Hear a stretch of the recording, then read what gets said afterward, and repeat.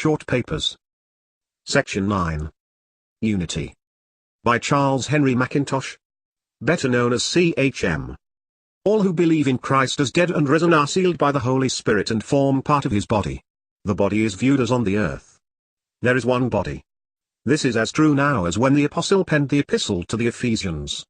This body is indissoluble. Its unity cannot be broken. There is no such thing as rending the body of Christ or cutting off limbs. These are expressions which are used without due attention to Scripture. We are bound to recognize as a great foundation truth the unity of the body. We are not called to form a unity, but to own the unity which God the Holy Spirit has formed. It is as contrary to the truth to set about forming a unity as to set about working out righteousness for ourselves. God reveals his righteousness on the principle of faith, we believe and possess it. So also, God reveals his unity, we believe and walk in the light of it. Sadly, men refuse to submit to God's righteousness and go about to establish their own.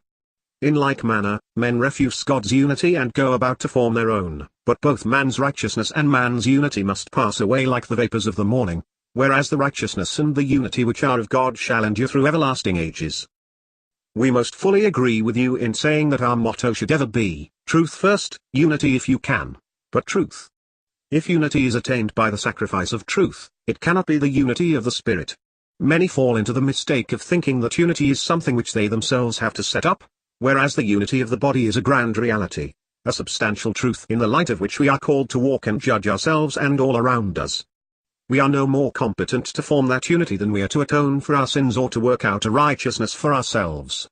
It is God's work from first to last. He has revealed his righteousness, we receive it by faith.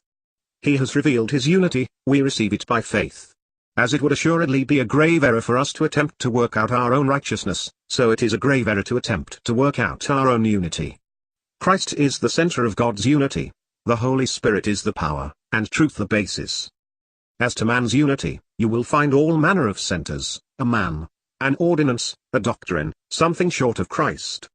This unity may be maintained by the energy of the human will and is often based upon tradition, expediency or reason. In a word, it is not Christ or the Spirit or the truth.